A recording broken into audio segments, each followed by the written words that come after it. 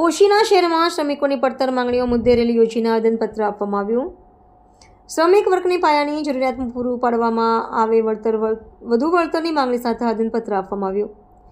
પોશીના શહેરમાં શ્રમિકોની પડતર માંગણીઓ મુદ્દે વિશાળ રેલીનું આયોજન કરાયું હતું, જે બાદ મોટી સંખ્યામાં એકઠા થયેલા શ્રમિકો દ્વારા પડતર માંગો પૂરી કરવામાં મામલતદારને આવેદનપત્ર આપ્યું હતું.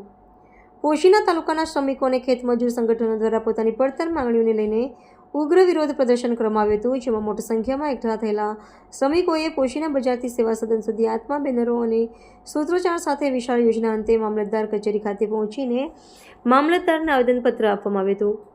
શ્રમિક સંગઠનોની રજૂઆત છે કે સરકાર દ્વારા ગરીબ અને મજૂર વર્ગની પાયાની જરૂરિયાતો તેમજ રોજગારીના પ્રશ્નો પ્રત્યે સતત દુર્લક્ષ સેવાઓ આપી રહ્યું છે, જેના કારણે શ્રમિકો રોષ જોવા મળી રહ્યો છે. વેતનમાં વધારો, ખેતમજૂરો માટે દૈનિક લઘુત્તમ વેતન ₹500 નક્કી કરવામાં આવે, વળતરનીમાં ખેતીનો કુદરતી આપત્તિને કારણે થયેલા નુકસાન સામે કાયદેસરનું વળતર ચૂકવવામાં આવે, યુવાના પાણીની સુવિધા નળ સે જળ યોજના હેઠળ દરેક ગામમાં નિયમિત અને પૂરતો પાણી પુરવઠો સુનિશ્ચિત કરવામાં આવે, માછીમારોના હક માછીમારો મજૂરોને કાયદેસરના પાસ આપવામાં આવે અને તેમના માટે સ્પષ્ટ કાયદો બનાવવામાં, વિદ્યાર્થીના દાખલા કઢાવવાની પ્રક્રિયા સરળ અને ઝડપી બનાવવામાં આવે.